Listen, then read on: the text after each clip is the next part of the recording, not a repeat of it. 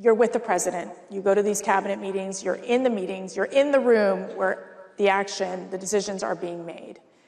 Tell us about that relationship with President Trump. Well, let me just say this. President Trump is exactly the opposite of everything that I believed him to be, I basically drank the Kool-Aid that he was this, bombastic narcissist who didn't read books, was ill-informed. And then, now I know exactly the opposite. He's the opposite of a narcissist. He's an empath. You'll see that every time he talks about the Ukraine war, he talks about the casualties on both sides. You will not hear any Democrat ever talk about that. And he talks about the Russian kids who are dying. He gets the reports every week, and they make a huge impression on him about the death rates. 1,000 kids a day are dying over there. My son fought in Ukraine, and he's the only member of his military unit who survived. And he understands that these are people's children. And he talks about that. And then also, he has encyclopedic molecular knowledge on this wide range of very, very eclectic interests. Music, Broadway shows, pro wrestling, football, every sport, golf, and business and Wall Street. He knows how everybody made their money and what deals they made. And he tells stories all the time about it. It's just one after the other. And one time during the campaign, I was on the airplane with him, and we were sitting across the table from each other, eating McDonald's, drinking Diet Coke. And we started talking about Syria, and he got a placemat, and he turned it on its back, and then he took a Sharpie, and he drew a perfect map of the Mideast. And then he put the troop strength of every country on every border on that map. And it just, it challenged a lot of the assumptions that I had been told about him. He has, he has this extraordinary depth of knowledge about what's happening in each one of the agencies, my agency and the others. And, and then he has an instinct for making good choices. Well, I have to say. Hi, I'm Robert F. Kennedy Jr., your HHS secretary. And I'm Dr. MAHA, CMS administrator. When it comes to health policy, it seems like everybody's a pessimist. The system's too broken, the interest groups are too powerful, the incentives, they're malaligned, the whole thing's too complicated. This administration rejects that mindset. We take on the broken systems, we challenge the entrenched interests, and we fix misaligned incentives to deliver real results, while bringing together the top talent to take on the toughest challenges head on. And that's why today we are announcing the members of our new Healthcare Advisory Committee, which will develop recommendations for how Secretary Kennedy and I can improve Medicare, Medicaid, the Children's Health Insurance Program, and the health insurance marketplaces. Their insights will help us cut costs, slash red tape, improve quality of care, keep programs solvent, and refocus healthcare on the people it is meant to serve. The patients. I'm so proud of the team that we've assembled. We reviewed more than 400 candidates from all across the country, and we selected just 18. These individuals bring extensive experience from state and federal government, from health system management, from nonprofits and health technology innovation.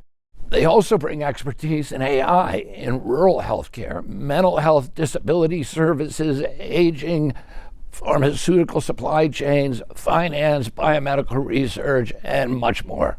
And because lifestyle change is such a big part of the MAHA movement, we even brought in health author and motivational speaker Tony Robbins, who's advised celebrities and business executives, athletes, a U.S. president, and thousands of everyday Americans on how to achieve their goals. These accomplished leaders could command significant compensation for their expertise. Instead, they've chosen to serve their fellow Americans, volunteering their time to help people live longer, healthier lives. They will convene for the first time later this year. We're looking forward to recommendations that turn ideas into action, drive real results, and improve the health of you, the American people. Thank you. Thank you. Produced by the U.S. Department of Health and Human Services. How many MAHA moms are out there? Where are my MAHA moms? What advice can you give us in raising, what advice do you give the MAHA moms, the MAHA parents who are trying to raise healthy children in this environment? I mean, I would say, listen, I'm a parent, I have 7 kids. You beat the schlaps, we've got 5.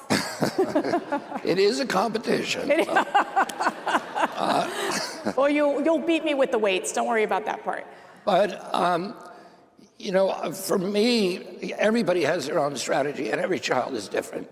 You know, there's no cookie cutter for any child. This is one of the things I've learned as a parent. Each child requires something different. But I think the biggest threats that we're facing now are cell phones and social media. And we have MAHA legislation that we're working to pass in almost every state. I think probably about 18 states have already passed it, bell-to-bell restrictions on cell phones. And you know, I was at Loudoun County in Virginia the other day where they have those restrictions. Originally, the children were up in arms about it. Right.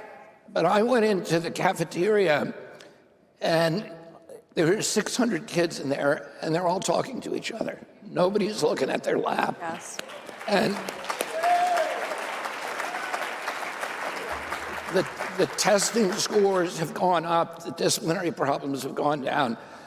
The parents were there the day that I went, and I polled them, and they loved, and they said some of them said their children are no longer using their cell phones in their car, and they come home and have dinner with their families, and they're actually talking to them because they learn that they can exist without them.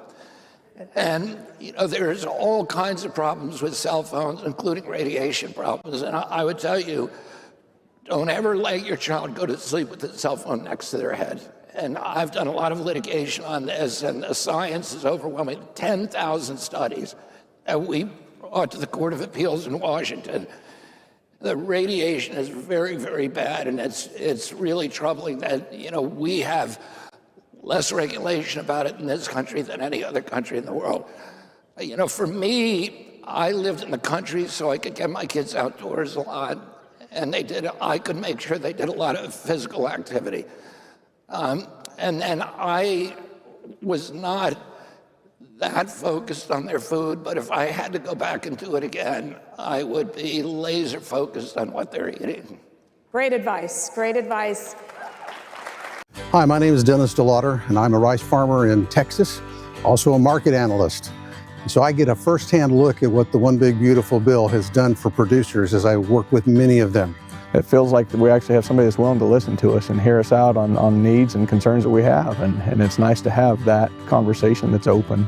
President Trump has done everything he could to keep the farmer at base zero so that way we can stay in business for the following year. As the CEO of U.S. Rice Producers Association, I know just how important it is for our farmers to have the support of our administration in being able to have markets to sell their rice. The One Big Beautiful Bill has literally saved the rice industry at this point in time.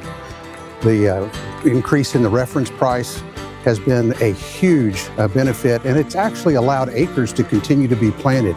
Many farmers would never have planted this year had it not been for the One Big Beautiful Bill. I'm confident that the Trump administration will stand alongside our farmers in making sure they have the strongest markets available to sell their product. So right now, the One Big Beautiful Bill is purely beautiful.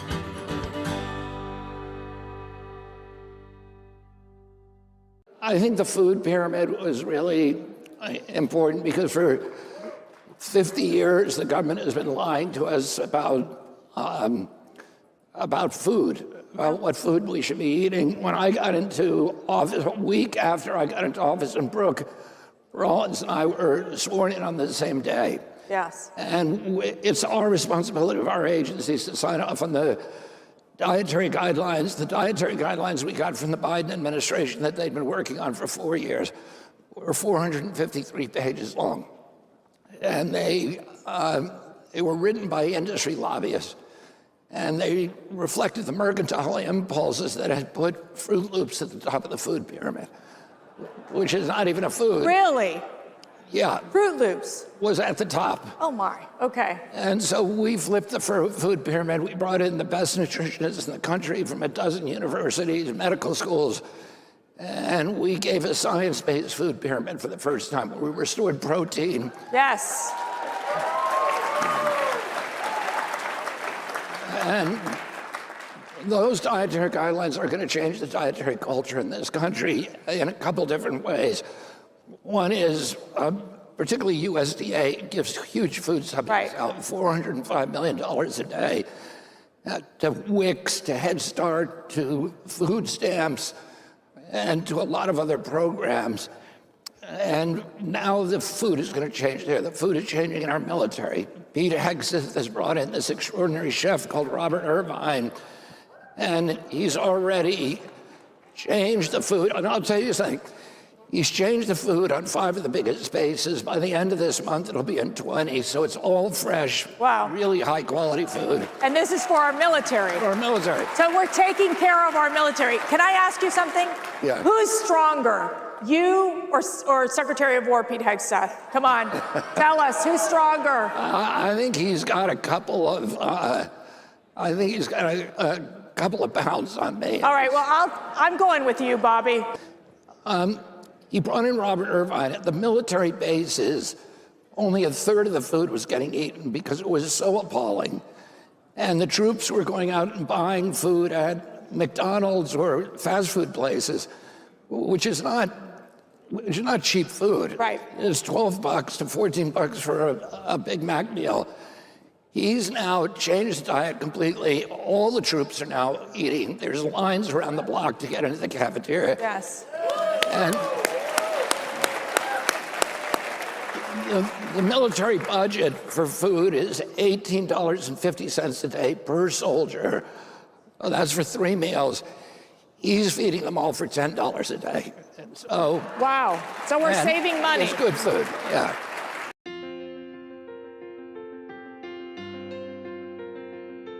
Hi, I'm Robert F. Kennedy Jr., your HHS Secretary. I'm here at Cunningham Elementary School in Austin, Texas. I wanted to come here because this is a model program for how to get good food to our children. We are passionate about feeding kids real food. We know that nutrition is what drives education. It fuels kids to grow up strong and tall, and we want to make sure these kids have the right menu and the right meals set to set them for success. Kids are the best customers that you can have as a chef. Their taste buds are still being formed, so it's an opportunity to offer them things they've never seen, textures they've never had, flavors they've never had. This is with sesame and green onions. We just announced the new food pyramid. And now our next job is to drive really good food into America's schools. We love the fact that the new dietary guidelines is going to just empower what we're doing to take us even to better heights, better levels of food that we're serving these kids. Our school district rely on. And I was so impressed because the budget allocated is about $4.20 a meal. 2/3 of that goes to labor and equipment, and so the real price is only about $1.25, and they are managing with that tiny budget to give high quality food to these kids. Did you already finish your apples? My job is just, I think of it as public service, and their health is our future. They're going to be taking care of us. These are happy kids, and they're eating high quality food. Eat real food. Produced by the U.S. Department of Health and Human Services. Well, good food is actually cheaper if you cook at home. The problem is Americans need to cook at home, and we have a program now that is teaching because people have forgotten. Right. And that's important not only because it's important to get food, but also gives you time with your family. It's a sacred ritual that's been around forever. Right. And we've lost that. And we have now a spiritual malaise in our country. It's a crisis of loneliness, of atomization, of fragmentation. And one of the ways that we need to bring people back together is for having this day, encouraging people to have this daily meal ritual.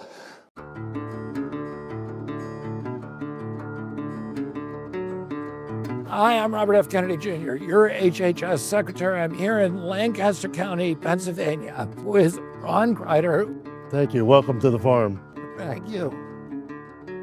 We just appreciate the fact that you took the time to come here to a real farm. We're a real family farm, producing real products. Incredible farm. They have thousands of head of mainly dairy cow. They have 40 tractor-trailer trucks of milk and other dairy products that leave here every day to deliver high-quality protein to Americans. And then it'll milk out in 6 or 7 minutes. New food pyramid, which we just released, the dietary guidelines, stress the importance of Americans eating more and more protein. And it's farms like this that are going to produce it, and hardworking American farmers like Ron Kreider who are going to make sure that we have the protein that we need. We're just happy to be a part of helping to improve nutrition across America with real food. They love to get on for the ride. It's like Disneyland. Our country produces the best food in the world, and it's farmers like Ron Kreider that do that in his family. And we have an administration now that wants to support them, that wants to make sure that they can prosper, that they can get our children the kind of food that they need, the healthy, nutrient-dense protein that's going to allow their brains to grow, allow their bodies to flourish, bolster their immune systems, and help them be a productive generation of Americans. So thank you very much, Rob. Thank you. Thanks for coming. Produced by the U.S. Department of Health and Human Services. You're with the president. You go to these cabinet meetings, you're in the room where the action, the decisions are being made. Tell us about that relationship with President Trump. Well, let me just say this. President Trump is exactly the opposite of everything that I believed him to be, I basically drank the Kool-Aid that he was this, bombastic narcissist who didn't read books, was ill-informed. And then, now I know exactly the opposite. He's the opposite of a narcissist. He's an empath. You see that every time he talks about the Ukraine war, he talks about the casualties on both sides. You will not hear any Democrat ever talk about that. And he talks about the Russian kids who are dying. He gets the reports every week, and they make a huge impression on him about the death rates. 1,000 kids a day are dying over there. My son fought in Ukraine, and he's the only member of his military unit who survived. And he understands that these are people's children. And he talks about that. And then also, he has encyclopedic molecular knowledge on this wide range of very, very eclectic interests. Music, Broadway shows, pro wrestling, football, every sport, golf, and business and Wall Street. He knows how everybody made their money and what deals they made. And he tells stories all the time about it. It's just one after the other. And one time during the campaign, I was on the airplane with him, and we were sitting across the table from each other eating McDonald's, drinking Diet Coke. And we started talking about Syria, and he got a placemat, and he turned it on its back, and then he took a Sharpie and he drew a perfect map of the Mideast. And then he put the troop strength of every country on every border on that map. And it just, it challenged a lot of the assumptions that I had been told about him. He has, he has this extraordinary depth of knowledge about what's happening in each one of the agencies, my agency and the others. And, and then he has an instinct for making good choices. Well, I have to say, you went from being a Democrat to being an independent to being part of President Trump's greatest cabinet.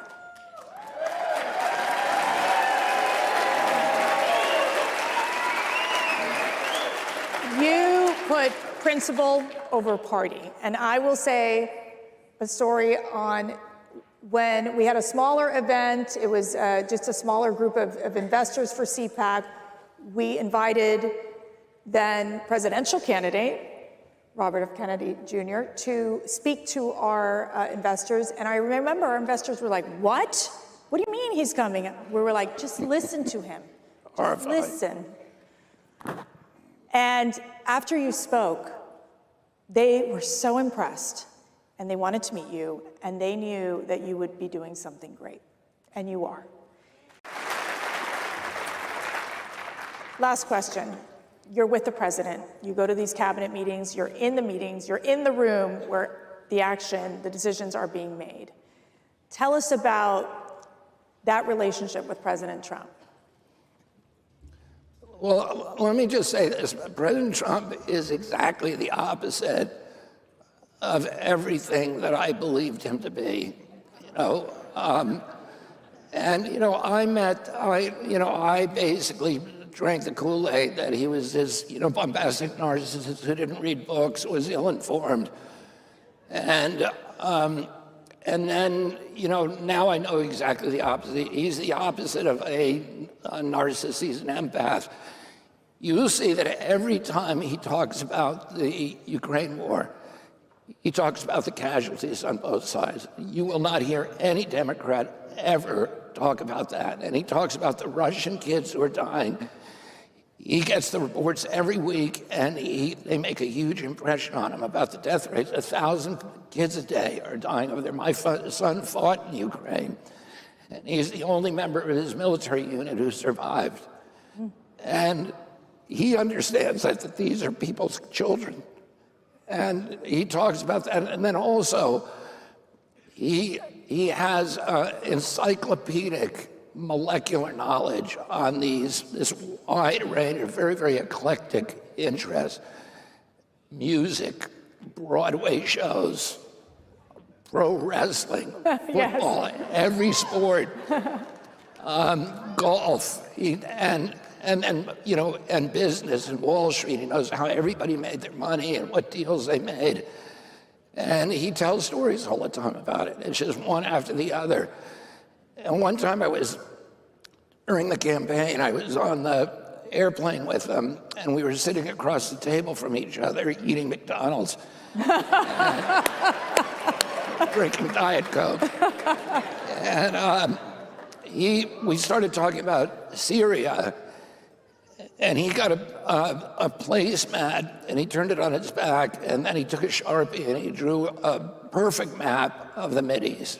And then he put the troop strength of every country on every border on that map. And it just, it challenged a lot of the assumptions that I had been told about him. He has, he has this extraordinary depth of knowledge about what's happening in each one of the agencies, my agency and the others. And, and then he has an instinct for making good choices. Well, I have to say that... And I would say this. I think my uncle, John Kennedy, understood the uses of power better than any president who's preceded them. I think Donald Trump understands the use of power better than probably any president that we've had, at least since Roosevelt and maybe in American history.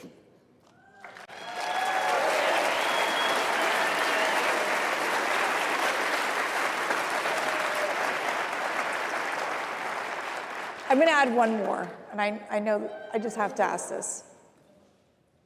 If your dad were alive today, what would he say about you and what you've done?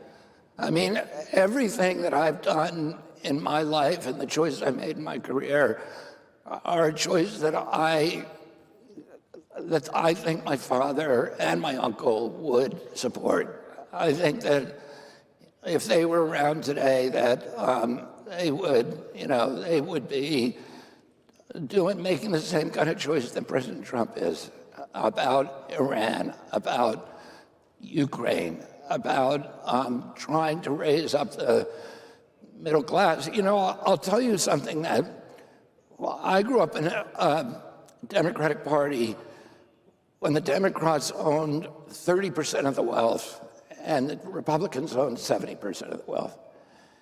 And today, it's exactly the inverse. The Democrats own 70% of the wealth and the Republicans own 30% of the wealth. And the Democrats are no longer on the side of the middle class. They're contemptful of it.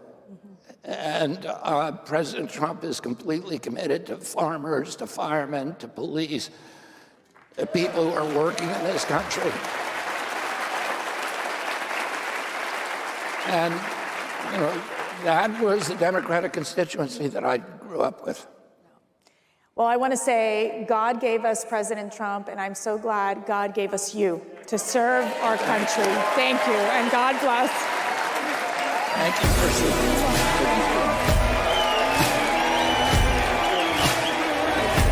Now, you went through a recovery program yourself. You struggled with addiction. And we saw that the president signed this Great American Recovery Executive Order. Talk to us about that.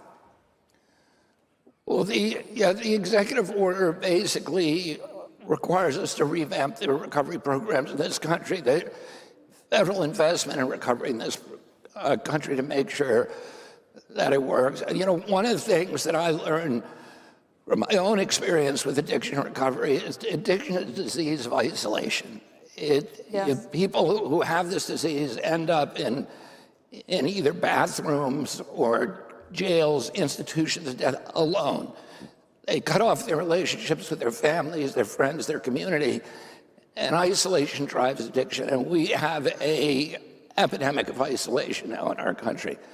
The ultimate way to deal with that is to reconnect people with community and reconnect them with some kind of spiritual motivation. So, you know, in the 12-step and the 12-step movement was, the 12 steps are designed to induce a spiritual awakening. It's a movement that's devoid of religion, but it is intensely focused on spirituality to change who you are. I believe that I was born an addict, that I'm hardwired to drink and drug myself to death. And in order to overcome that kind of biological drive, you need a spiritual fire. Yes. And one of the things,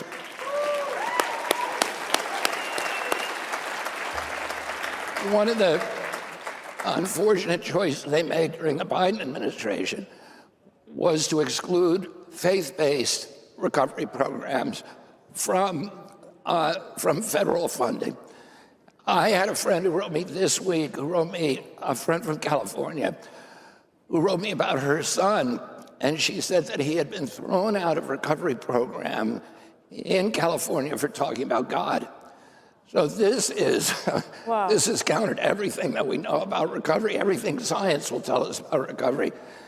And one of the things that we're doing as a result of President Trump's order is we're bringing faith-based recovery back into a recovery.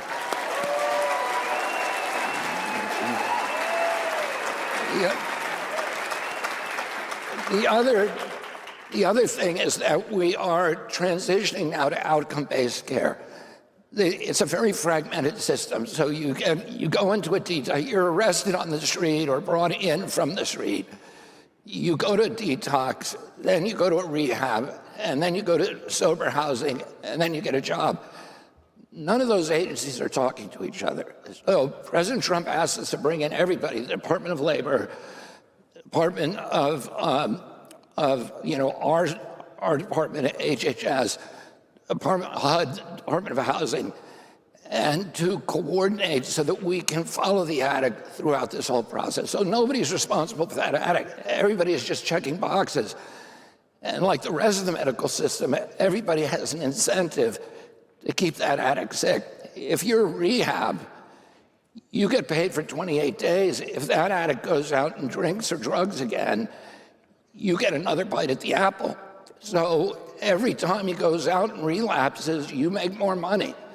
So you have no incentive to make that guy healthy. And one of the things that we're developing now is a way for that rehab to be responsible for that addict for a long period of time. For example, 2 years.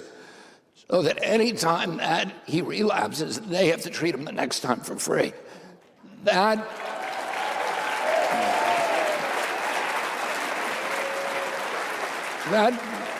will provide an incentive for them to maybe keep him longer the first time, make sure he's in an IOP, make sure he's getting aftercare, and take responsibility for his recovery, because they're going to make more money if he recovers than if he doesn't. So we're going to have the best information now about baby formula by the end of this month. So for your moms out there, this is what they're working on. They're taking out these chemicals and these preservatives out of baby formula. Yeah. And we're, for the first time in 30 years, we are revising the nutrition standards so that we're going to have good nutrition in the baby formula, as close to breast milk as we can get.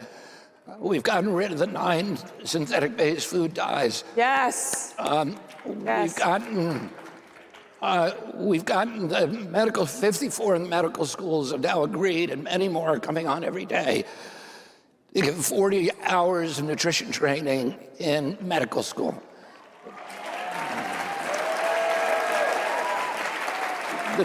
The testing companies, the MCAT testing companies, are going to put nutrition on the MCATs for the first time, so the students will actually want to do it.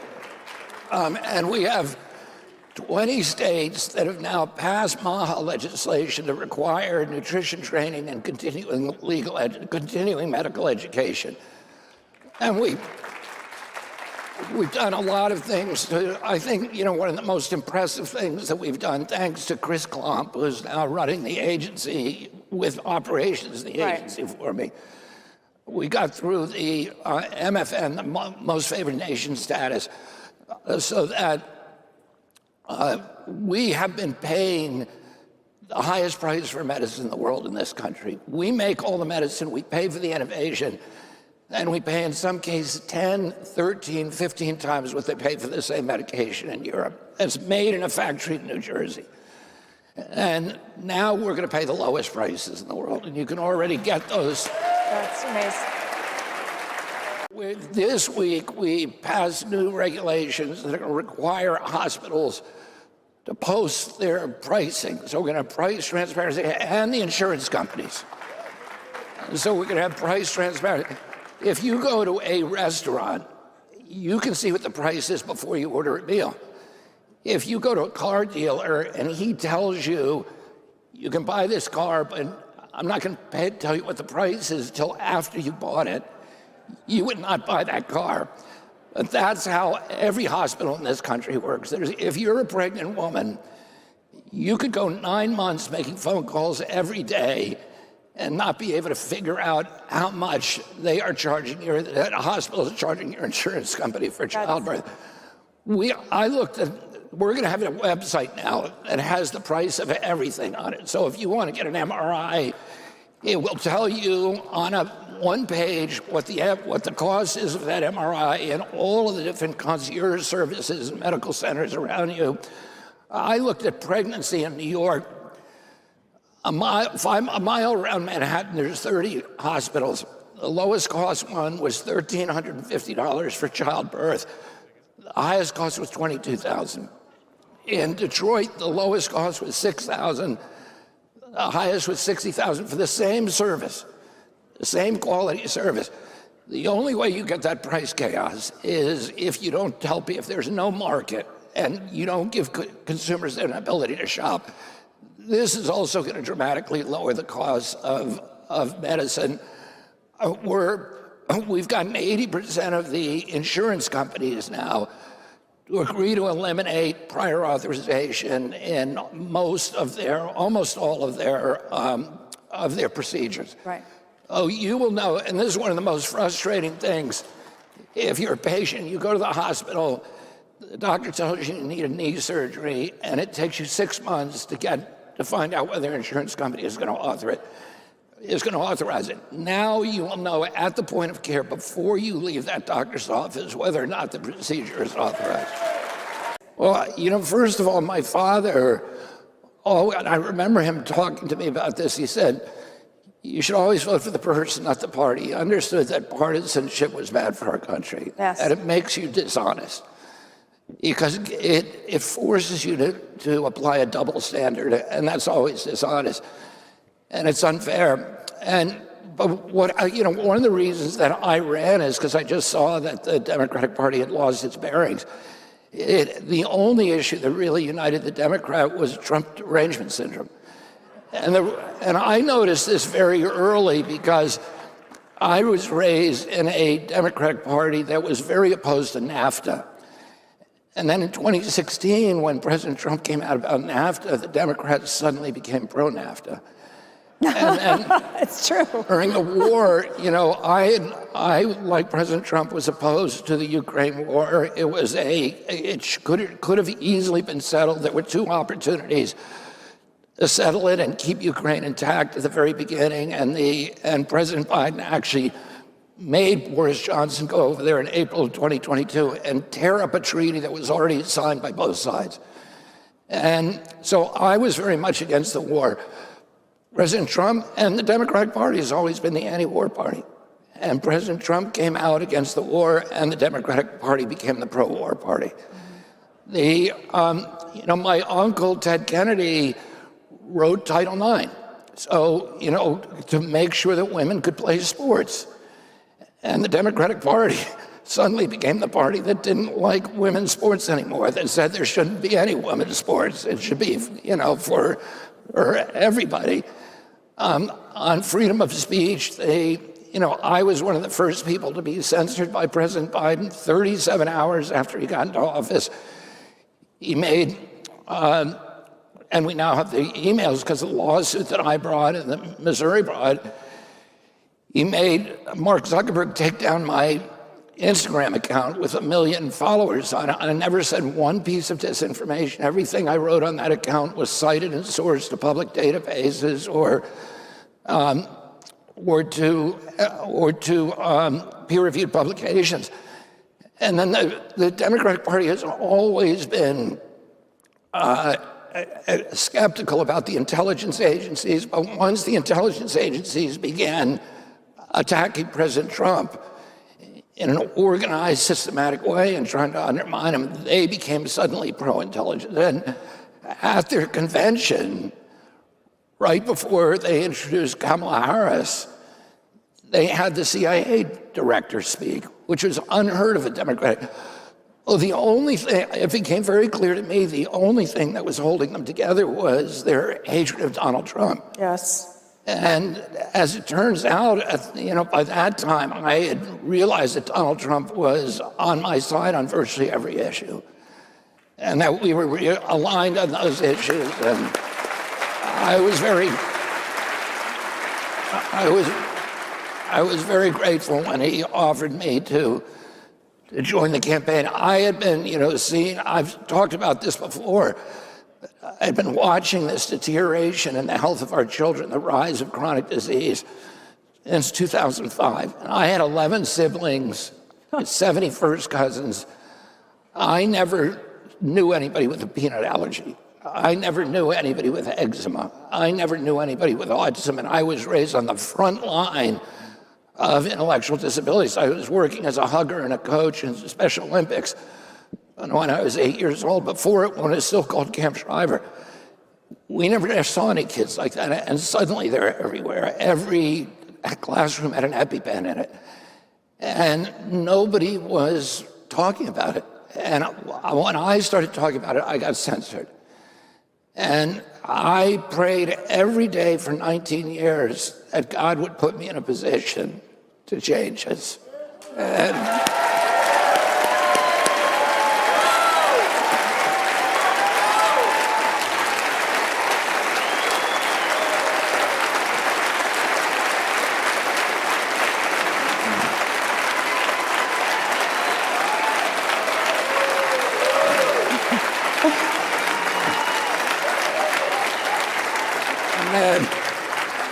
August 2024, God sent me Donald Trump. And, and President Trump in June had put out a tweet about the chronic disease epidemic in kids that I could have written. And so when he invited me to join his campaign, I was just inclined to do what I could. and to trust that this was the path I was supposed to be taking.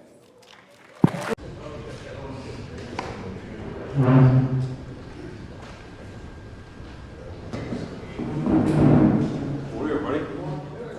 Steven, you there? Okay, great. Well, it's good to see everybody. Hell, we have half the cabinet here. We could have just done a cabinet meeting. It's good to see everybody, and good to see the press this morning. So we're going to say a few words and then kick you guys out for the interesting part, which will be the closed-door meeting.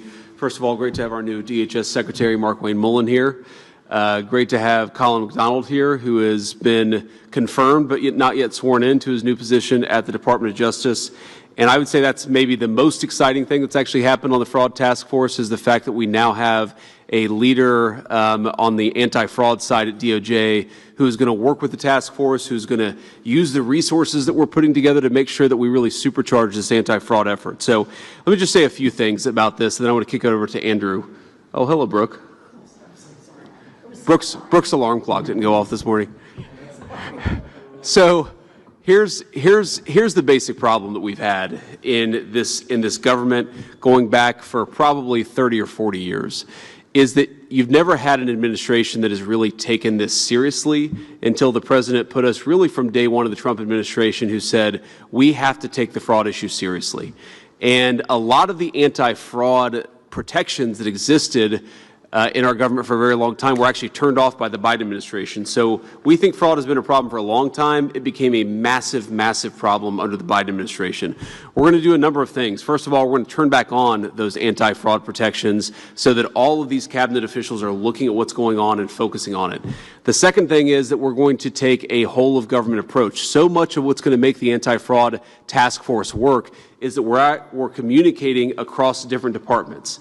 So when Bobby Kennedy is talking to Scott Bessent about things that he's seeing in Medicare and Medicaid, when Scott is seeing things at Treasury, when Brooke is seeing things at Agriculture, when Scott is seeing things at Housing and Urban Development, what we're going to actually do is force the bureaucracy to take this seriously and work together as political principles to make sure that we stop allowing fraudsters to steal the American people's money. And that brings me to my final point before I'll kick it over to Andrew, who is leading this anti-fraud task force. This is not just theft of the American people's money. This is also theft of critical services that the American people rely on. Some of you have heard me tell this story before, but I think that the autism scam that we've seen in the Somalian parts of Minnesota really illustrates well what's been going on across whole layers of our government. So you have a program set up under Medicaid to help autistic children and their families get the resources that they need, because of course we know that when you have a kid who's on the spectrum, it requires a little bit more help, a little bit more services. And so the government,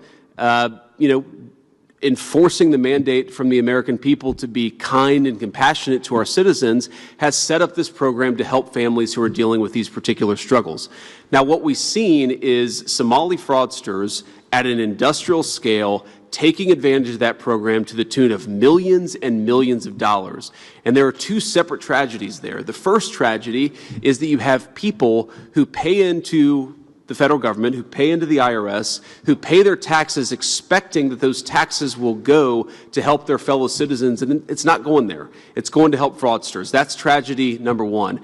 And the more important tragedy is that you have families who need these services who are unable to get them because people are getting rich off of fraud schemes instead of making sure that autistic children and their families get access to these resources. And unfortunately, that story, while it's very concrete and very obvious what we're seeing in Minneapolis, it is replayed again and again and again across many states and across many different programs. It has to stop. The President of the United States has ordered us to stop it, and that's what this task force is going to do. So without further ado, I'll kick it over to Andrew, who will talk about some of our work here today. But the most exciting thing is that this task force is finally stood up. We've got allies at Department of Justice now who are going to take this thing by the horns. We've got allies across every major significant department, and we are going to stop the fraud that's being committed against the American people. Andrew. Thank you, Mr. Vice President. I'd like to begin by thanking President Trump and the Vice President for the confidence they put in me to help lead the task force. America is the most generous nation in the history of the world. For decades, Americans have turned over trillions of their tax dollars to social welfare programs to help their neighbors and fellow citizens through hard times.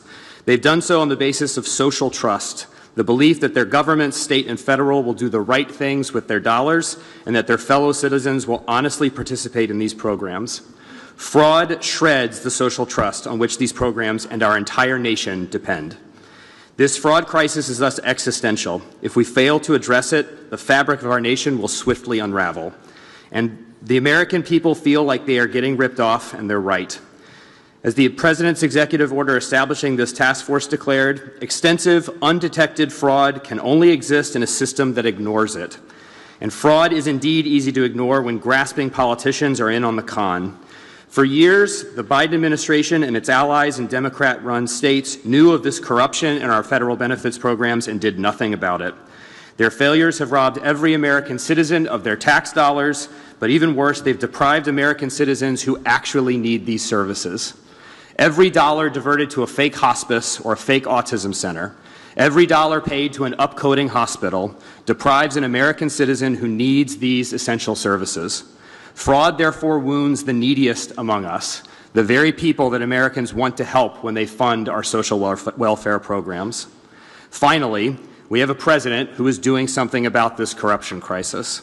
We are here today because President Trump and Vice President Vance won't ignore it. And we won't ignore the public officials who have facilitated it. Our work on this task force will be to develop a comprehensive national strategy to combat the corruption of our federal benefits programs and to assist the Department of Justice in prosecuting those who have corrupted them. In doing so, we will restore the social trust that has been lost because of mismanagement and fraud. The presence today of so many members of the President's cabinet, including the Vice President himself, is a testimony to the importance of our work and its priority in this administration. Together, we can remove the scourge of fraud in our federal benefits programs, and we can restore public confidence in their efficacy and integrity. I look forward to our important work. And with that, I'll turn it over to Stephen Miller. Thank you, Andrew, and thank you to the Vice President for your leadership in establishing this task force and for gathering us all here today.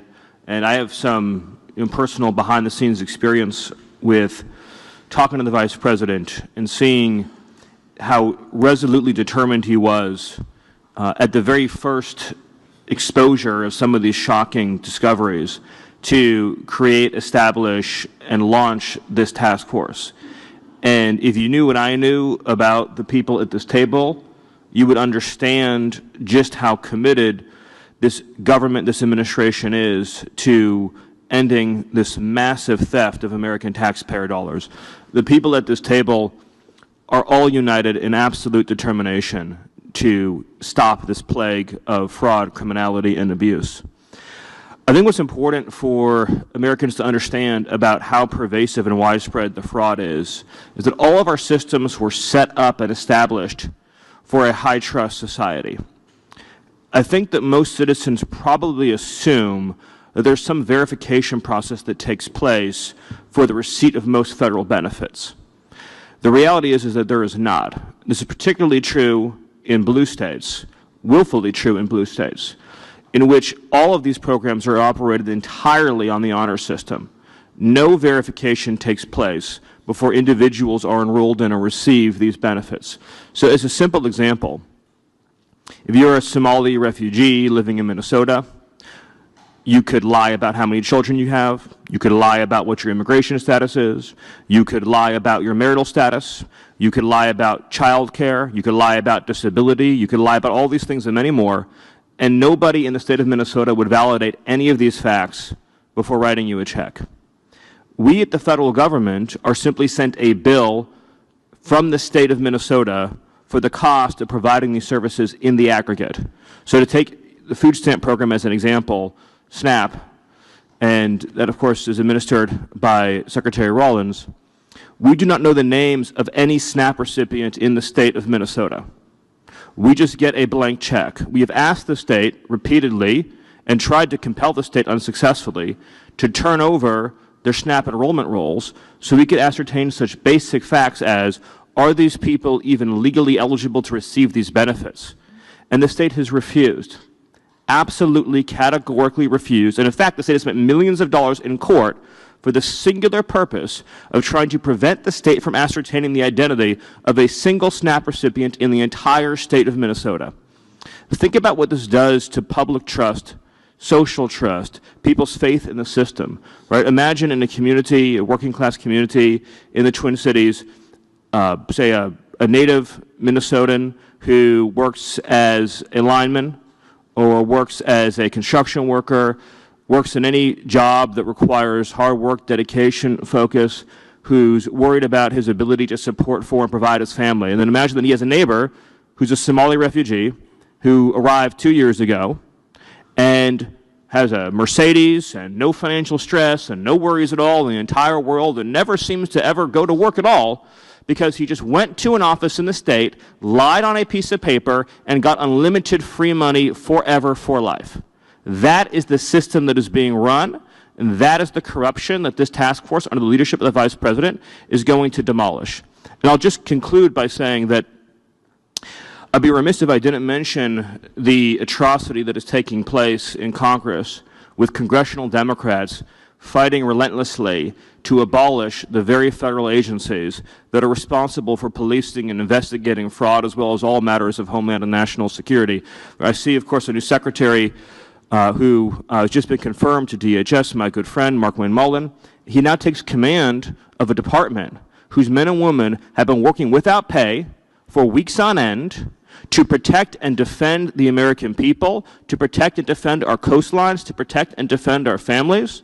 Well, they've been treated with nothing but derision, hatred, and contempt by congressional Democrats. It is legislative terrorism. It is one of the greatest abominations that has ever occurred in the history of this country, and it's to the everlasting and eternal shame of the Democrat Party.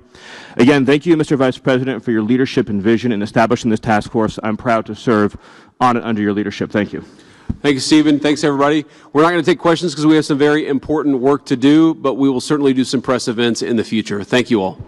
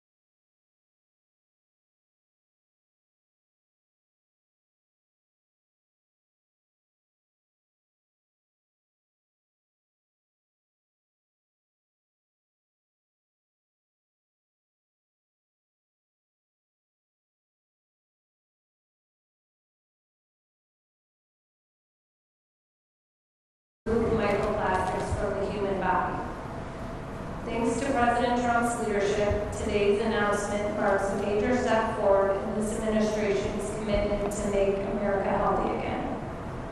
This roundtable brings together to examine what we know, what we don't, and what it will take to turn today's commitment into real progress for the American people. We are especially focused on bridging science and action, ensuring that the research we advance translates into tools, standards, and solutions that protect families, inform clinicians, and guide policy. We are joined today by HHS Secretary Robert F. Kennedy Jr., EPA Administrator Lee Zeldin, ARPA H Director Dr. Alicia Jackson, and EPA Assistant Administrator for the Office of Water, Jessica Kramer. And we also welcome today our panelists, Colleen Flaherty. She is a Division Director of EPA's Office of Water, where she leads work to protect public health and safeguard the nation's water resources. Also, Dr. Marcus Erickson, an environmental scientist and co-founder of 5 Jars Institute, known for pioneering research on microplastics and ocean pollution. Dr. Matthew Campen is a biomedical scientist and professor at the University of New Mexico who studies how pollutants, including microplastics, affect the brain and cardiovascular system. Dr. Leo Trisandi is a physician scientist and professor at NYU Lagoon Health, whose work focuses on environmental exposures and their impact on child health and long-term outcomes. Thank you all for being here and for the work you are doing to advance the field at a very critical moment. And now it's my pleasure to introduce a man who has spent more than 4 decades working at the intersection of environmental protection and public health, HHS Secretary Robert F. Kennedy Jr. Hello, everybody. Today we mark a turning point. The EPA and HHS are acting together to confront microplastics as a human health threat. And we are doing it with urgency and discipline. Plastic has become embedded in modern life. It's also become embedded in the human body. Researchers have detected microplastics in human blood, lung tissue, liver, kidneys, and human placentas. Studies have found that in more than 80% of people tested. One analysis estimates that the average person ingests tens of thousands of microplastic particles each year through food, water, and air. Another study reports concentrations in the brain equivalent by mass to roughly a spoonful of plastic in every human brain. And this number, by the way, has gone up by 50% since 2016. And inevitably, it's going to go up exponentially if we continue along the same road. And in a study of 62 placentas, every single sample contained microplastic, evidence that exposure begins before birth. This is not a rare exposure, this is baseline. We are not dealing with a distant or theoretical risk. We are dealing with a measurable and growing presence inside the human body. And this signal is getting stronger. Animal studies show that microplastic exposure can drive inflammation, cardiovascular damage, impaired cognition, and tumor growth. Human data raises parallel concerns. Diseased tissue consistently shows higher concentrations of microplastics than when compared to healthy tissue. In one major clinical study, patients with microplastics detected in arterial plaque faced a 4.5-fold higher risk of heart attack, stroke, or death in less than 3 years. That's a 450% elevated risk. We do not ignore signals like that. We investigate them. But we still do not have clear answers about causation or solutions. We cannot reliably quantify total microplastic burden in individuals, and we can't distinguish which particle sizes, shapes, components, or polymers drive the worst toxicity. We do not yet understand how these particles interact with the immune system, the endocrine system, or the neurological system. And we do not have validated methods to remove them safely. Not all microplastics behave the same. Different materials accumulate in different organs that appear to drive different biological effects. Without that distinction, there is no roadmap for action. We can't treat what we cannot measure. We cannot regulate what we don't understand. So today, HHS, through ARPA-H, Lisa Jackson here, alongside EPA, is taking direct action. We are launching STOM, which stands for Systematic Targeting of Microplastics. It's a $144 million national program to measure, understand, and to remove microplastics from the human body. We are focusing on three questions: what is in the body, what's causing the harm, and how do we remove it? And we're answering them in that order. We will first build and standardize gold-grade tools capable of detecting and quantifying microplastics across tissue and fluids with precision. Next, we will map how microplastics move through the body, how they cross biological barriers like the gut lining and the blood-brain barrier, where they accumulate, and how long they persist. Third, we will develop targeted, clinically safe strategies to reduce microplastic burden in the body. We will also prioritize those at the greatest risk: pregnant women whose exposure reaches the developing fetus, children whose bodies and brains are still in formation, workers in high exposure environments, and patients with chronic conditions that may be exacerbated by inflammatory or toxic stressors. The science has not kept pace with the scale of exposure. We are now going to close that gap. We are bringing together engineers, clinicians, toxicologists, and data scientists. We are setting measurable targets. We are holding ourselves accountable for results. I want to thank Lisa Jackson, the director of ARPA-H, for driving this effort forward, and my colleague and friend, Administrator Lee Zeldin at EPA, the Assistant Administrator for Office of Water, Jessica Kramer, and everyone else at the EPA for aligning environmental and human health priorities into a single mission. Together, we're going to define the risks, build the tools, and act on the evidence regarding microplastics. We're not going to speculate, we're going to measure. We're not going to delay, we are going to move. And thanks to the leadership of President Trump, we will give the American people clear answers about what's in their bodies and what it means for their health. This is how we're going to make America healthy again. Thank you. I'm now honored to introduce my colleague, my friend, Administrator Lee Zeldin at EPA. Well, thank you, Secretary Kennedy, and welcome back to EPA. This room is filled up not just with a lot of great dedicated staffers here at EPA, but others from outside of government, as well as HHS. And I'm sure everyone here is extremely grateful for your leadership and all of your work. As a New Yorker, I've seen so many different ways that you've impacted the place where I grew up, that was home, born and raised. And this isn't a mission that you started 14 months ago. It was a mission that you started decades ago, and I'm grateful for your passion. Thankful for the entire team at HHS for being here and being part of this momentous day for drinking water in the United States. And shortly after his swearing in last year, President Trump created the Make America Healthy Again Commission, chaired by Secretary Kennedy. Under the leadership of Secretary Kennedy, it's been an honor to serve as part of this significant initiative that has brought together so many different agencies to collaborate.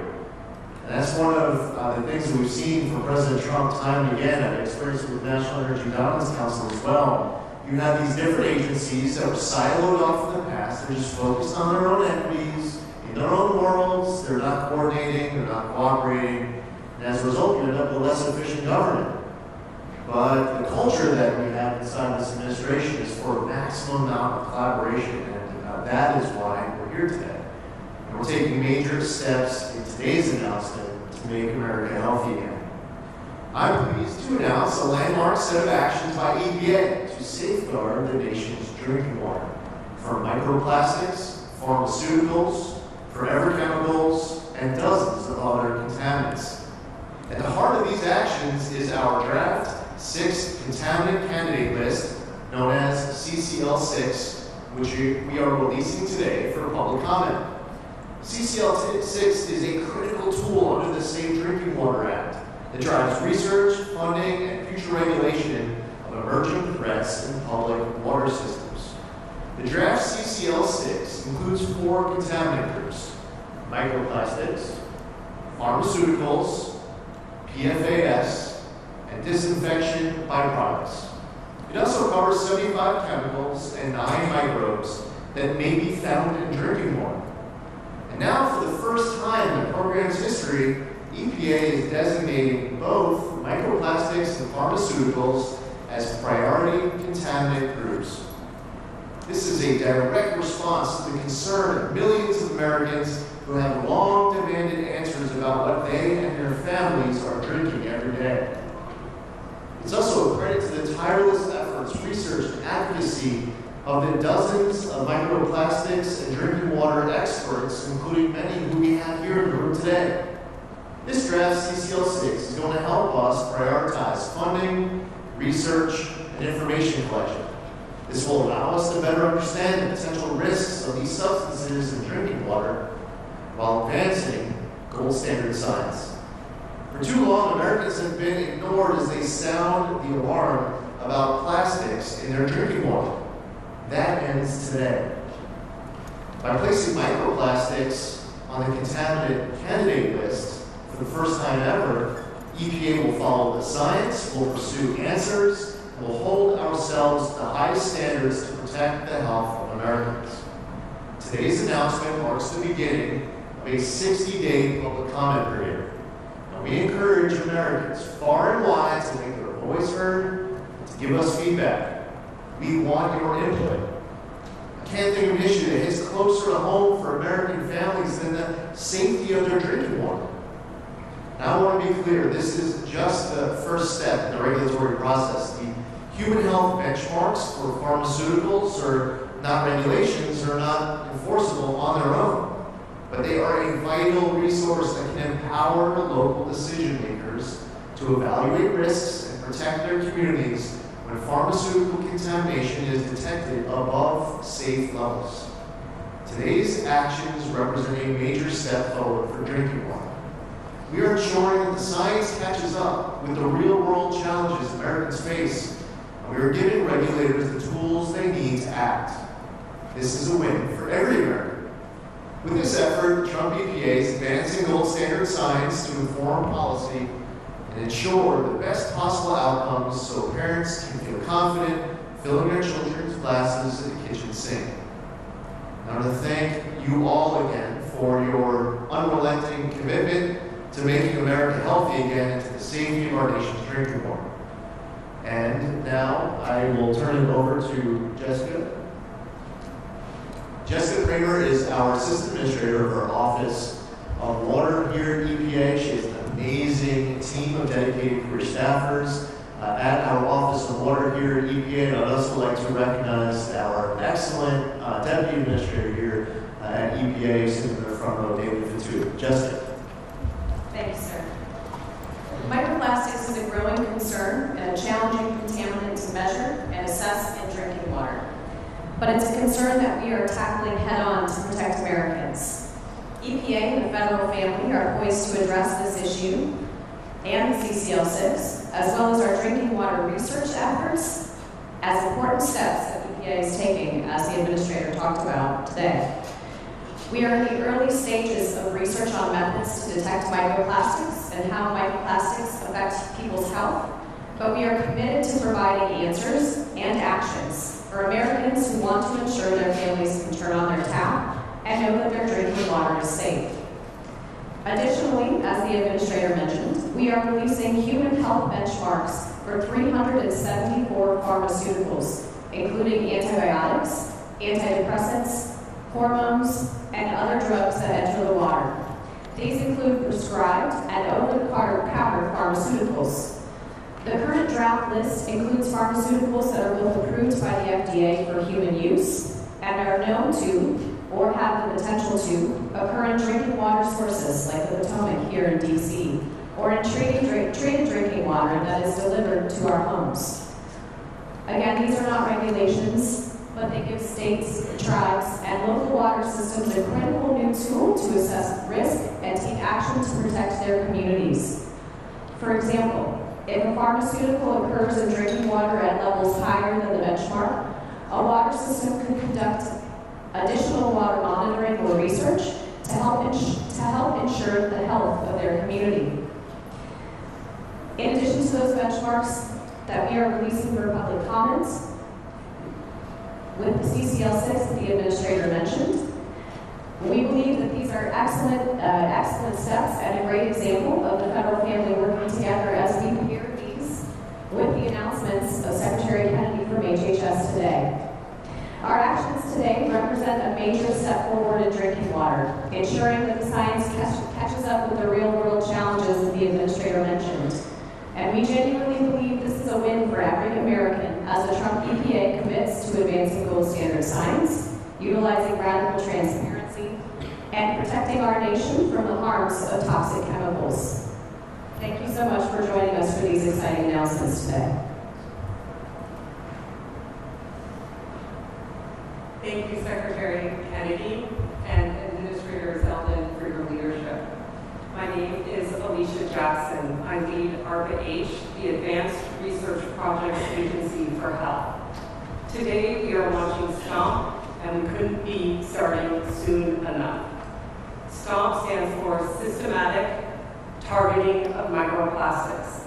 It is a nationwide $144 million program built to affordably and precisely measure microplastics in the human body, understand how they cause harm, and most importantly, to get them out at a cost that every American can have access to so that they can have the immediate and downstream health benefits.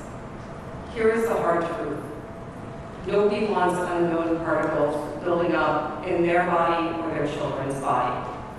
If a doctor told you something was accumulated in your organs, your first questions would be, which ones and what are they doing?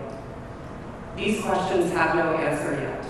We do not have a map for how microplastics travel through the body, which organs and cell types they target, and which biological pathways they disrupt.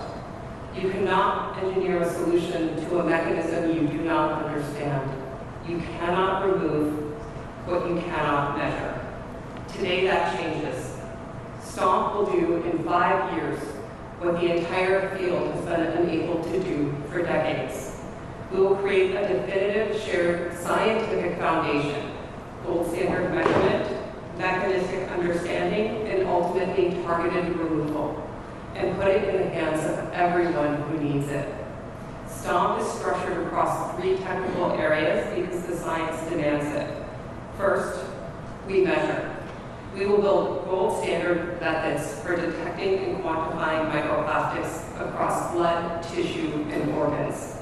For the first time, the entire field will work from the same foundation, and we will put those tools in the hands of every researcher, clinician, and regulator who needs them.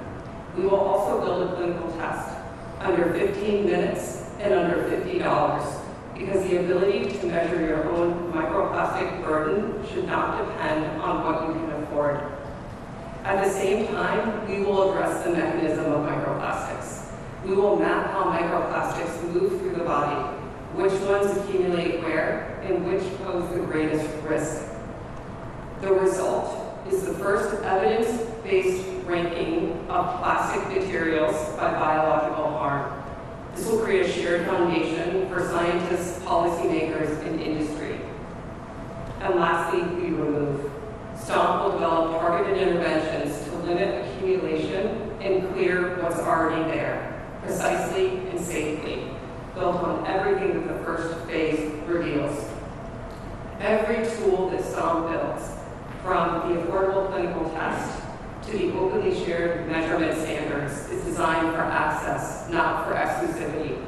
That is how you protect national health, and it is how you lower the downstream costs of microplastic-related disease will otherwise impose on our healthcare system. This program is built for every American, for the pregnant mother and her child, for the farm worker, the factory worker, for the patient managing a chronic disease, for everyone who is carrying a burden that we cannot yet fully measure. This field has been working in the dark long enough, and STOMP turns on the lights. Thank you.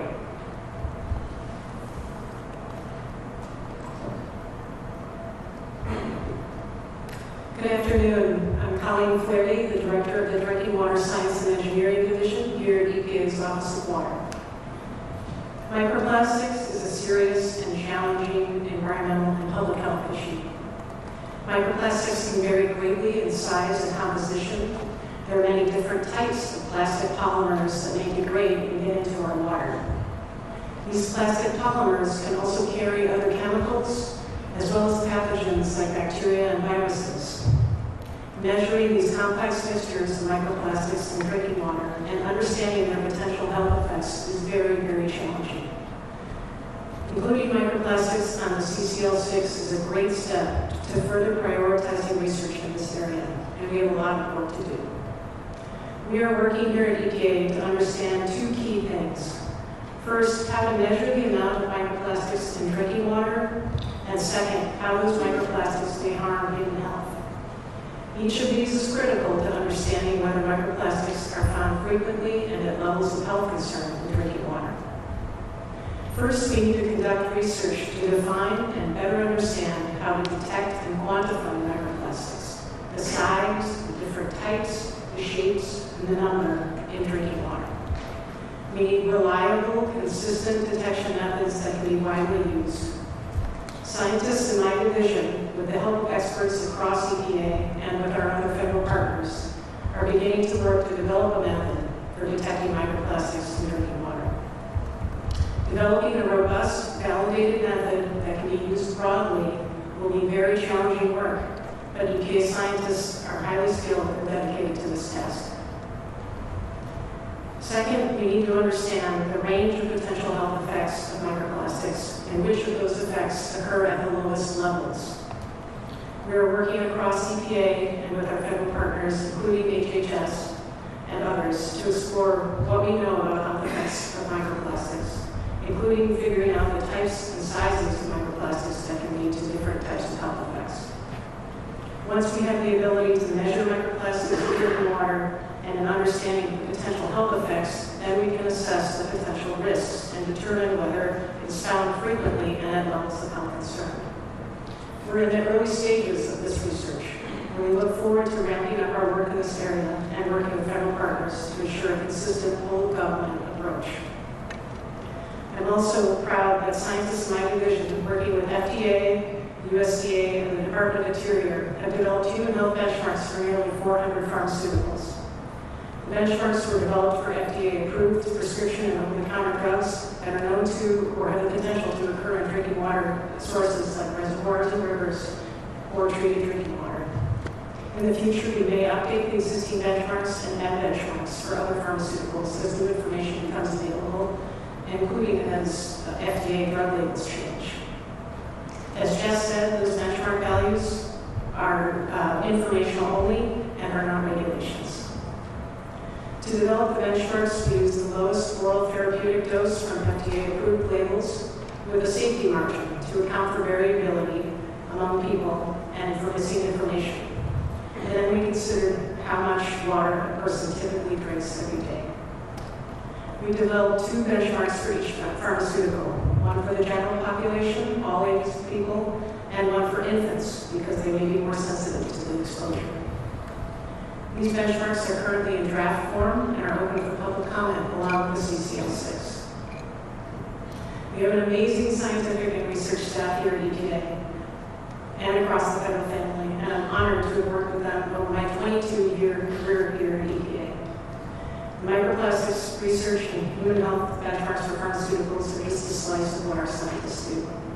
I'm so proud of the work we've done in these areas and on so many other activities to protect public health and ensure drinking water is safe. Thank you. Colleen, just a shameless plug for your staff. I got to say, and this applies to so many other people who work here at EPA. But Colleen, that team, the Office of Water, you know, people who spend 20, 30, 40 years in government, they're here to selflessly serve. They have the ability to leave government and make, I don't know if the secret's about to get out, but they can make more money outside. But they believe in this mission and they care about America's water. And I've got a chance to see it now for the last 14 months, Colleen, and a message to your entire team. And I feel compelled to share with this group publicly because Americans don't know where each and every last tax dollar goes. As a matter of fact, let's say Americans have a lot more questions and answers. It's a mystery. Where does our money go? Well, I will tell you that at EPA's Office of Water, that you have just a tremendous amount of talent, experience, passion, and dedication. So I felt compelled to share that, Colleen. Thank you for your work. Thank you, Administrator.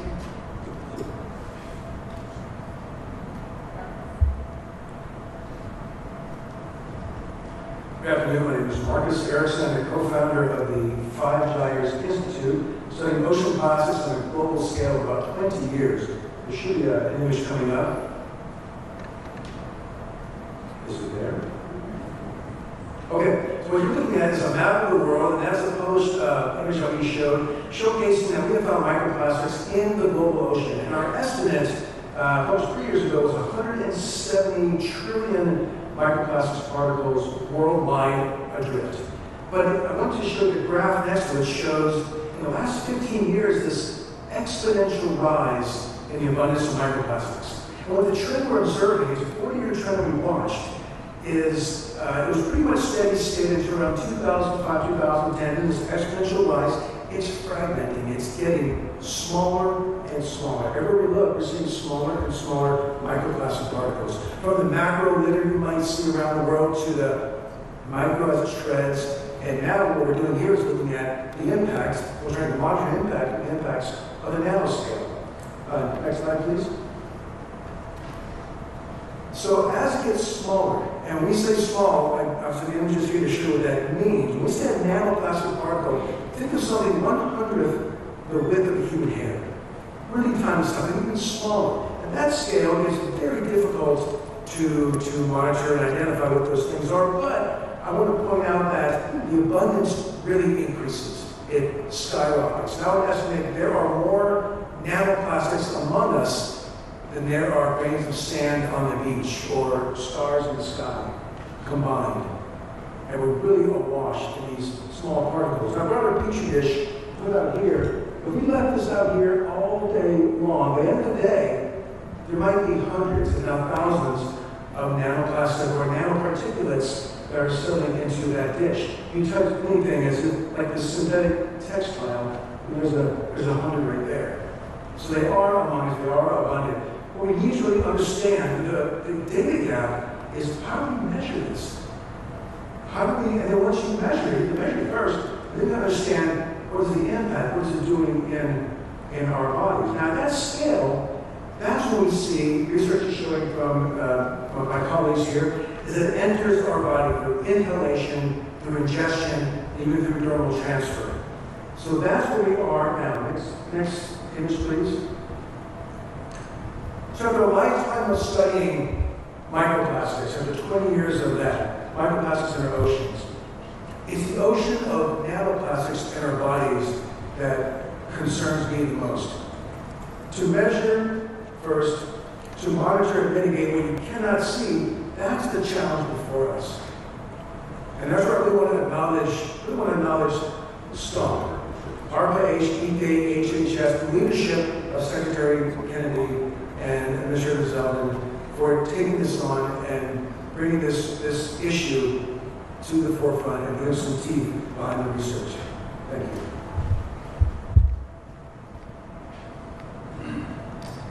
Good afternoon, I'm Matthew Campen. I'm a professor at the University of New Mexico College of Pharmacy. I also want to convey that same gratitude and thanks to Secretary Kennedy and Administrator Zeldin for their decisive leadership, bringing this initiative to the table. Talking with Dr. Erickson earlier, he's part of a vanguard of ocean scientists who've been looking at the ocean for the past 20 years and asking, is anybody else seeing this? Should we be worried about this? And 15 years later, health scientists like myself come in and we start scratching the surface and we're like, oh, okay, maybe we should have been listening to you. So this initiative and the STOMP initiative led by RPH is more than timely, and the aggressive nature, the comprehensive nature of this new, it's just going to catalyze so much good science that's going to advance our understanding of these materials, how they degrade, how they travel through the environment, how they ultimately get into our body. And once we understand how they are inhaled, ingested, absorbed, distributed from our stomach to our brain or our placenta, then we'll have the knowledge we need to start intervening and moving those back out of the body. There have been numerous studies that have come out in the past 5 to 10 years, potentially creating alarm for sure, but awareness that there may be a number of diseases that are worsened by micro and nanoplastics. There's still tremendous uncertainty because of the issues Dr. Erickson raised about how we measure these and how we assess this in humans and their exposures. But there's issues related to cardiovascular disease potentially. 2 years ago, there was a New England Journal study that showed there was 4.5-fold increased risk of having a subsequent heart attack over the next 3 years if you have detectable levels of microplastics in your blood vessels. Well, if you put that in perspective, that's far more risk than any benefit you'll ever get from cholesterol-lowering drugs like statins. That's a tremendous amount of increased risk of a heart attack. We need to better understand if that's really a causal relationship. So studies in controlled exposure systems in the laboratory have started to corroborate a lot of that information. It does seem like these plastics have the potential to drive cardiovascular disease, as well as neurological diseases, as well as potentially cancer, as well as potentially maternal fetal health outcomes, and ultimately we're now seeing studies related to male fertility. So many potential issues. Right now, we don't have enough information to say that there's truly a threat, but with the exponential increase in these materials and the delay from when plastics are created and used to what could be generations of humans before they degrade and become micro and nanoplastics, we need to have information now so that we can move forward with thoughtful approaches to protecting human health. Thank you. Good afternoon. My name is Leo Tresanek. I'm a pediatrician and direct the NYU Grossman School of Medicine Center for the Investigation of Environmental Hazards. Make no mistake about it, plastics represent an urgent and multidimensional threat to human health.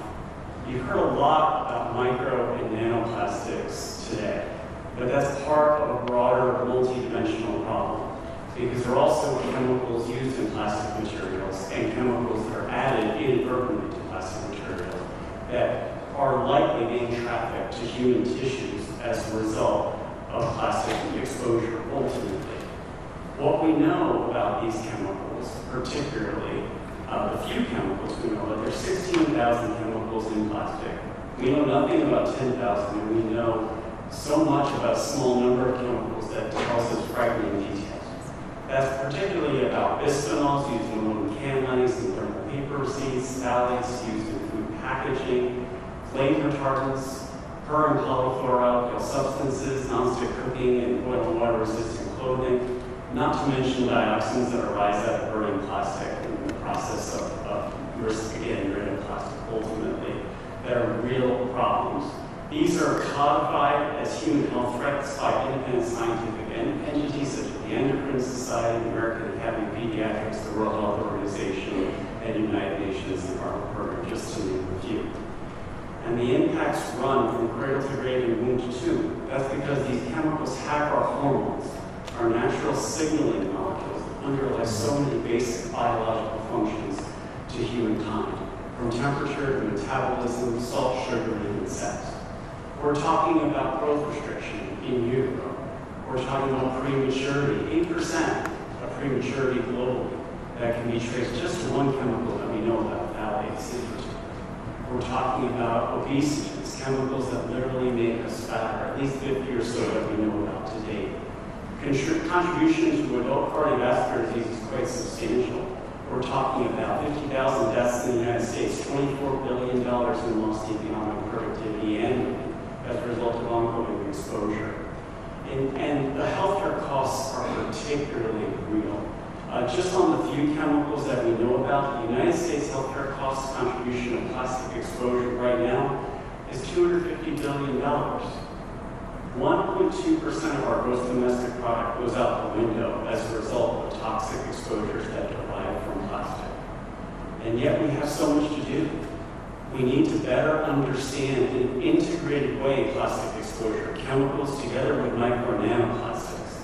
We need to take a broader perspective. We need to get better at measuring these exposures because we're probably underestimating the scope of the problem. As an epidemiologist, I'll tell you that exposure and precision often biases your result the wrong way, not finding what you need to find, ultimately. So we need to measure and we need to intervene. As a practicing pediatrician, I'll tell you that we know that there are safe and simple steps that we can all take right now to start to address the problem. Not microwaving, machine dishwashing, plastic, consuming less canned food, using more glass and stainless steel, just to name a few. Measuring PFAS in serum, because there are steps that the National Academy of Sciences has outlined for intervention based on clinical testing. But we need to get in the right lane when we see a visible problem before us in the form of micro and nanoplastics. And that information will ultimately guide the end game in terms of prevention, finding safer materials for our generations to come. So I'm especially privileged to be here to support this important STUMP initiative, to support the leadership efforts by Secretary Kennedy and Administrator Zeldin to address water contamination as well through the CCL process. And I'm honored to be part of this important initiative that will take important steps towards making America healthy again. Thank you very much. Thank you so much. I just want to say special thanks to Marcus, Matthew, and Leo for joining us today. That was very insightful. Secretary Kennedy or Administrator Zeldin, do you have any questions for our panelists? I have a question that I'd like to hear answers from Alicia Jackson and maybe Dr. Camden and Dr. Chassan. Many people might be watching this, many Americans would say, and respond by saying, we already know so much about plastics. Now there's a spoonful in each of our brains. We know that it impacts the prematurity of premature births, and dramatic impacts on heart attacks, on cardiovascular disease, and strokes. Why do we need to know anything more? Why is this science critical before we act? Or can we be acting now? Should we be acting right now without even needing to know anything more? Thank you, Mr. Secretary, for the question. I feel exactly the same way when I learned about the scale and depth of the challenges with microplastics in our health, and especially for my children. It's such a large problem and so broad that if we were just say stop right now, we wouldn't even know where to begin. We simply don't know the specific microplastics that are going to each part of our body. So whether that's polypropylene, polyethylene, polyvinyl chloride, PET, there's so many different types of microplastics of different size and scale. They go to different parts of our body, from the brain to even the mitochondria.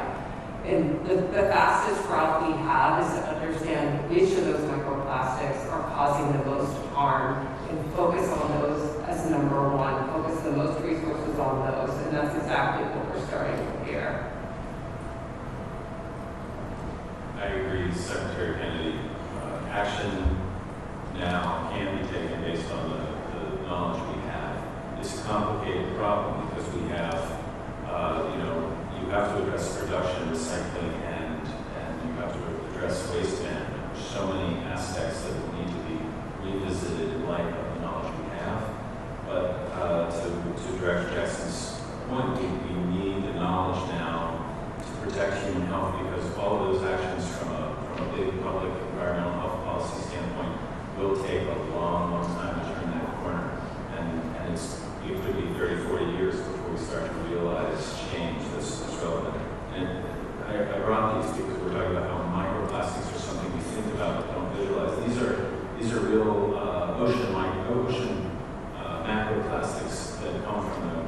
garbage patch, and I'll pass it down if you want to see those. And what we do is grind them, pulverize them down to this. These are real microplastics, less than 20 micrometer, even nanoplastics in here. This is the kind of material that we can learn a lot from in terms of how it distributes through the human body. And we get to Director Jackson's point about which microplastics are most likely to be problematic. And that can help us change policy and management around which materials are used in the marketplace. Secretary Kennedy, thank you for the question. I feel as though we're in a similar moment roughly in the 1970s where EPA took leadership steps in getting lead out of gasoline. And at that time, we didn't have perfect causal effects linking exposure to outcome. But we had the courage to act. And Sir Austin Bradford Hill, who described the criteria for causality, made it very clear that the urgency of the action means you weigh the evidence before you at the time you make a decision. And we have so much evidence to act now and so much more work to do at the same time. Our evidence and understanding of lead exposure has evolved over the 50 years that have followed. We'll do the same thing over the years to come with micro and nanoplastics. And think about, from the sustainable chemistry perspective, the valuable information we can provide for the future of folks who should rightly profit over making products that are safe in people's lives. And I think that's a real hope that we can offer for the next generation. I would invite any of the members of our panel to jump in on this, and Colleen, if you have any thoughts, feel free to share as well. We also added pharmaceuticals onto the candidate list of contaminants, and if any of our panelists have any thoughts, any insight, we have some great experts here on the panel. I would welcome you to share anything now. Sure, I'd be happy to start. Pharmaceuticals in the environment is something I've been thinking about for a long time. Actually, I graduate work in that years ago. So I think it's really interesting because they're chemicals that are designed to be biologically active, and they can get into the water in a number of different ways through excretion, through the human body, as well as through flushing or other disposal mechanisms. So they find their way into water bodies at very, very low levels. And it's been sort of a research question for a while now, trying to understand what those, exposure to very low levels of pharmaceuticals means in terms of human health impacts. So today's release of the human health benchmarks for pharmaceuticals is incredibly important because it's the first time we're finally giving a screening level benchmark for hundreds of pharmaceuticals. So the way we develop those benchmarks, we believe that if you are measuring for those pharmaceuticals in your water and they're below that level, you should be reasonably confident that there is not a problem. And that should provide a lot of reassurance to utilities and states and others across the country. That's a really important informational tool that we are providing today. There's a lot more work to do, and we're gearing up for it, and with your support. I think it's exciting that we're including it on CCL6. It means we're prioritizing that for additional research.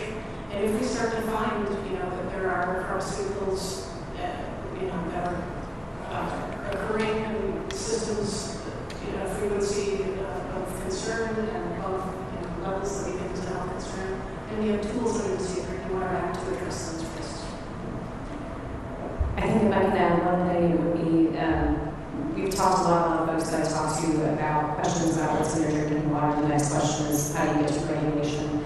We talk a lot about the time and prescriptive nature that's built into the Safe Drinking Water Act. And while our HHS colleagues have been up here talking a lot about investigating where it accumulates in the body and what does that mean for health, one of the things that's important about the listing on the candidate contaminant list for both of these groups is that you have to have the same level of investigation, of research that goes into methodology development for detecting microplastics and pharmaceuticals, as well as removal technologies when we're talking about drinking water systems. And so that is the type of research that we're talking about being spurred. That is the type of spotlight that we are putting on these groups by listing them on the contaminant candidate list. It's the same needs, just focused in a different minimum space. Secretary Kennedy, do you have another question?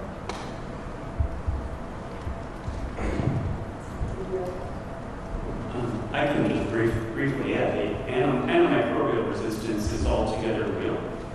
And we do receive chemical body burn as a result of many of the contaminants that are being addressed through the CCL. So I just simply would applaud those efforts. Thank you. Great. Well, thanks everyone for being here today. Thank you, Administrator Zeldin and Secretary Kennedy, for your leadership, and President Trump for the Make America Healthy Again agenda. And I'm grateful everyone was here today. Thank you to our panelists and everyone else.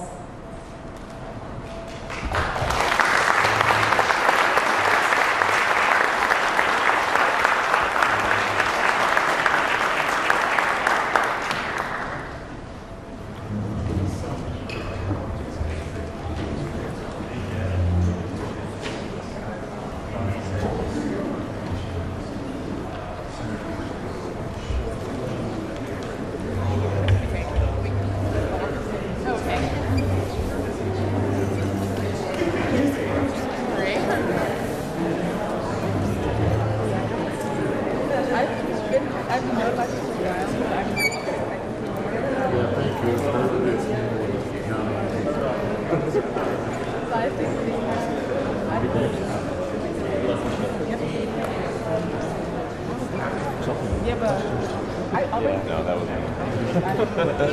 was.